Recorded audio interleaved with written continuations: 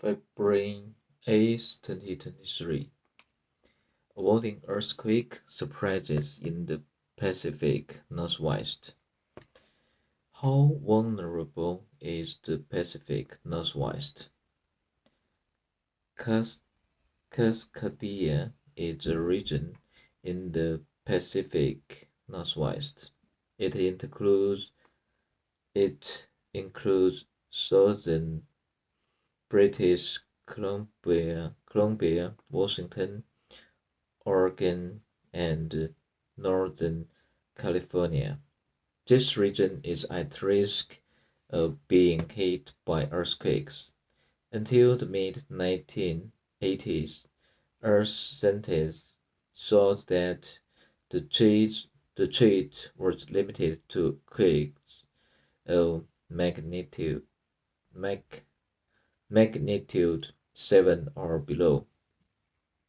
But more recently, Earth scientists discovered evidence that more intense earthquakes repeatedly struck the region over the past several thousand years, and they are likely to occur again. Earthquakes of magnitude 8 and 9 are considered great quakes.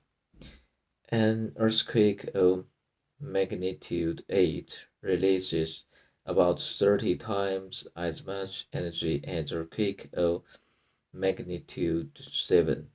A quake of magnitude 9 is another 30 times larger. Why the Pacific Northwest is at risk. Earth's regret outer shell is made up of vast rocky pieces called tectonic plates. These plates move as slowly as fingernails grow. They spread, collide, or grind against each other at plate boundaries. Where the plates grind together, pressure builds up, and the rocks eventually break. This sends up this sends stored up energy surging through Earth. This energy is what causes earthquakes. Most earthquakes occur along certain plate boundaries called stubber, subduction zones. A subduction zone is where the more dense aspic oceanic plate subducts or sinks below a continental plate. Decades ago, scientists recognized that a subduction zone refers along the Pacific coast. It lies between southern British Columbia and northern California. It's called the Cascadia subduction zone. The two largest earthquakes since 1900 occurred along subduction zones. They were a Chilean earthquake of magnitude 9.5 in 1960 and an Ascan earthquake making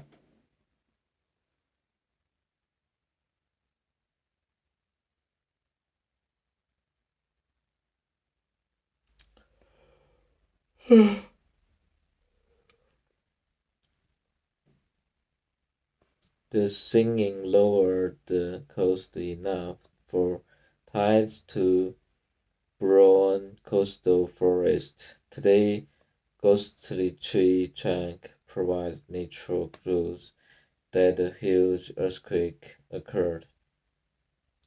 Clues of accent questions. Each section have found similar, much older remains of folded forests in Cus- Cuscadia. They were discovered along voids and river mosses on the coast towards Britain, Columbia, Washington, Oregon, and a number of California. The jump, jump. This includes seeds and sands that were deposited by floods from the sea and ground cracks that were filled with quicksand.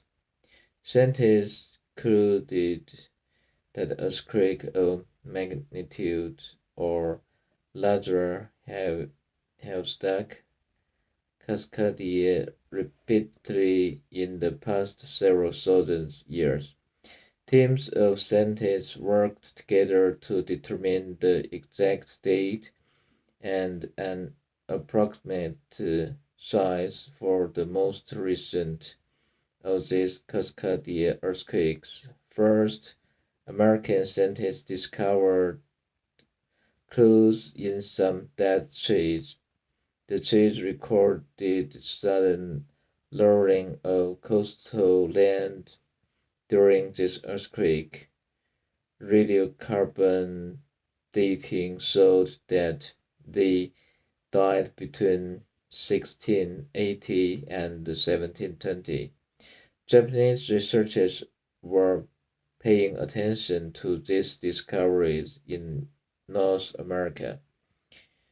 They knew that if the Cascadia earthquake was big enough, it would have started a tsunami in the Pacific Ocean, and they had been looking for the mystery source of a tsunami that caused flooding and damage in Japan in January 1700. They supposed that the Great Cascadia earthquake occurred in the evening of June 26, 1700. They estimate its size as magnitude 9. To test this uh, proposed date and size, American scientists returned to some of the earthquake-killed trees in Washington by measuring thin and thick enough. They ascended dates to individual tree tree rings. They were able to narrow the time and sync rings. They associate days to divided tree ranging. They were able to make cloud narrow the time of the earthquake to the months between August 1699 and May 1700. This evidence supported the date proposed by Japanese researchers. The findings combined to give the 1700 Castilla earthquake had a place in Soar. Northwestern respond to the risk. Earthquakes can't be prevented. However, people can take measures to minimize the danger they cause. In some cases, community can strengthen structure that already exist. This include dams, bridges, water system, uh, life, lifelines. They can also design and build earthquake resistant structures in the future.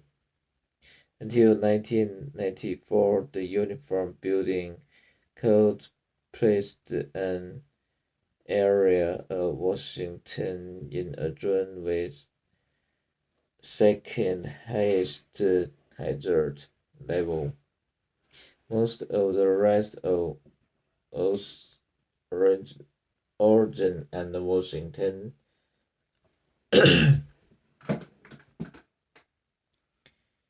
was placed in a zone with lower hazard level. The 1994 edition of the Uniform Building Code redraw the map for the Pacific Northwest. All parts of Oregon and Washington that are at risk of great earthquakes were upgraded to the higher level hazard zone. This revision of the code was an important first step toward meeting the great earthquake threats in the Pacific Northwest. In the area upgraded to the second higher uh, highest level, new buildings are designed to withstand earthquakes 50% stronger than under the old code. How safe are other parts of the United States? People in other earthquake-prone states started asking questions about whether there were adequately adequately prepared for future earthquakes. These states include Massachusetts,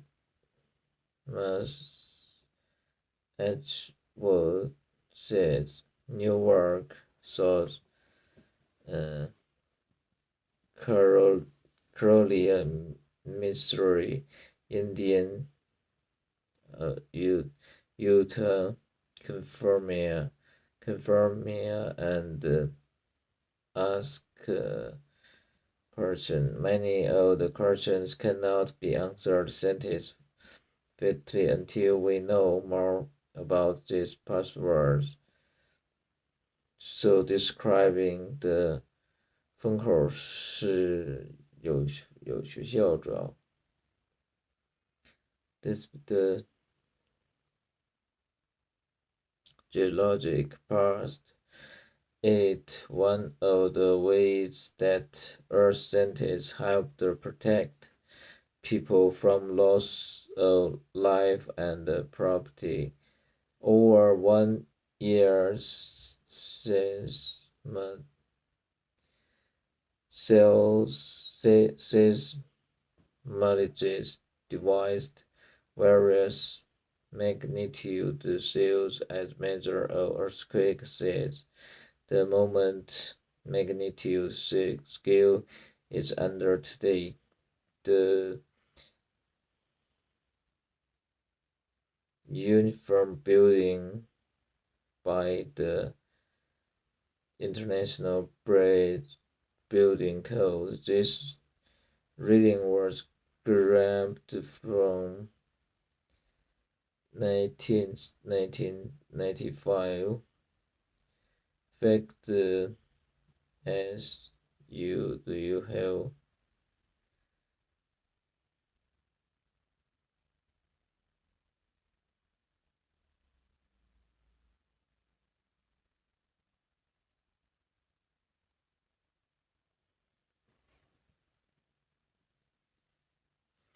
this reading was adapted from a 1999 USGS fact sheet averting